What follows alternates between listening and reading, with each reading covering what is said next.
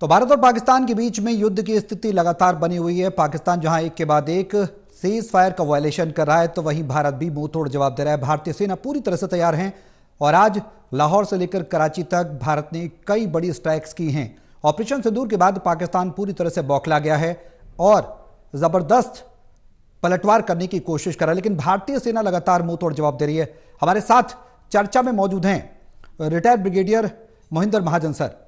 चर्चा की करेंगे शुरुआत। सर, बहुत स्वागत है आपका टोटल टीवी पर समय देने के लिए और आने के लिए।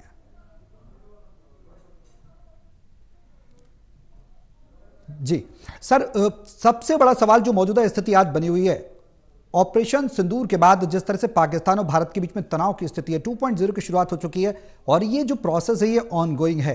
अब भारत और पाकिस्तान में तनाव की स्थिति पर किस तरह से देखते हैं, आगे क्या कुछ और बड़ी कार्रवाइयां भारत कर सकता है?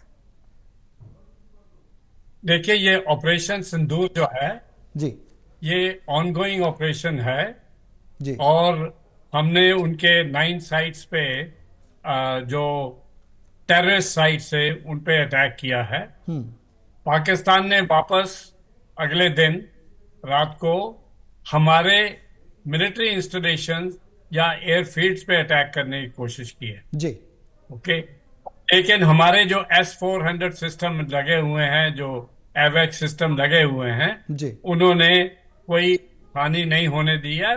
छोटा मोटा तो होता ही रहता है। जी अब ये हमने उनको मौका दिया है जी कि आप अपने तरीके से सुधर जाएं और हम कोई बड़ा एक्शन नहीं करना चाहते, लेकिन अगर आप छोटा एक्शन भी लेंगे तो हम इसको पूरी तरह से जवाब ईंट से पत्थर से देंगे।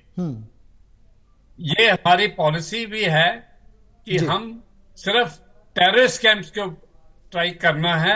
हम दूसरे टारगेट्स, मिलिट्री टारगेट्स या सिविलियन टारगेट्स को अभी नहीं कर रहे हैं। लेकिन अगर पाकिस्तान नहीं सुधरता है तो दूसरा कोई एक्शन सरकार और आर्म्ड फोर्सेस लेगी। बिल्कुल सर, ये जो मौजूदा स्थिति है इसमें भारत की कूटनीतिक स्तर पर बड़ी जीत हुई है। जहां यूएनएससी में भारत ने स्पष्ट तौर पर जीरो टॉलरेंस दिखाया आतंकवाद के खिलाफ, तो वहीं पाकिस्तान का यूएनएससी में टीआरएफ का समर्थन करना, उसके पक्ष में बात करना। आज जो प्रेस कॉन्फ्रेंस हुई फॉरेन मिनिस्ट्री के द्वारा, इंडियन फॉरेन मिनिस्ट्री के द्वारा, उसमें भी यह कहा गया कि पाकिस्तान का इतिहास रहा है। ओसामा बिन लादेन एबटाबाद में मिला। 1971 में हमने देखा कि पाकिस्तान ने किस तरह से भारत से वॉर किया। 1965 में जम्मू कश्मीर को लेकर किस तरह से दो देश आमने सामने आ गए। 99 का कारगिल वार देखा है।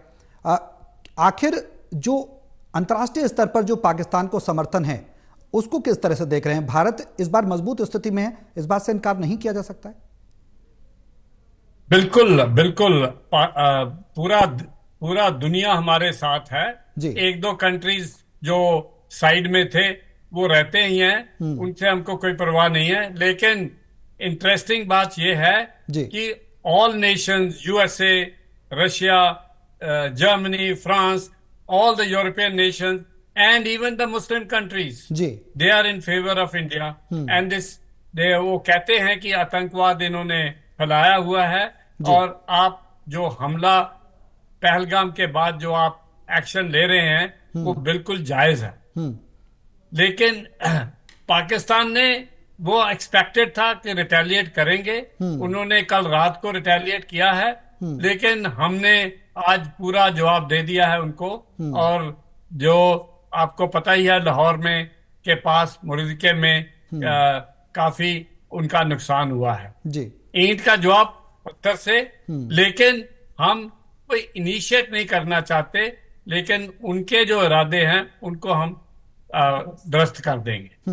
बिल्कुल सर, आज विदेश मंत्रालय की तरफ से, खुद विदेश मंत्री एस जयशंकर की तरफ से इस बात को कहा गया कि भारत आगे युद्ध नहीं बढ़ाना चाहता, यानी कि भारत की शांतिपूर्ण जो नीति है उसकी तरफ इशारा करता है कि भारत अभी भी चाह रहा है कि पाकिस्तान अब सुधर जाए, संभल जाए और ज्यादा हमले ना करे और जो आतंकवाद है जिसको वो पोषित करता रहा है उसके खिलाफ खुलकर सामने आए। लेकिन जो संलिप्तता है, जिस तरीके से हमला हुआ, ऑपरेशन सिंदूर को अंजाम दिया भारत सरकार के द्वारा, भारतीय सेना के द्वारा, उसमें जो संलिप्तता निकलकर सामने आई, आतंकियों का जनाजे में नमाज और नमाज में पाकिस्तानी आर्मी का मौजूद होना कई सवाल खड़े कर देता है।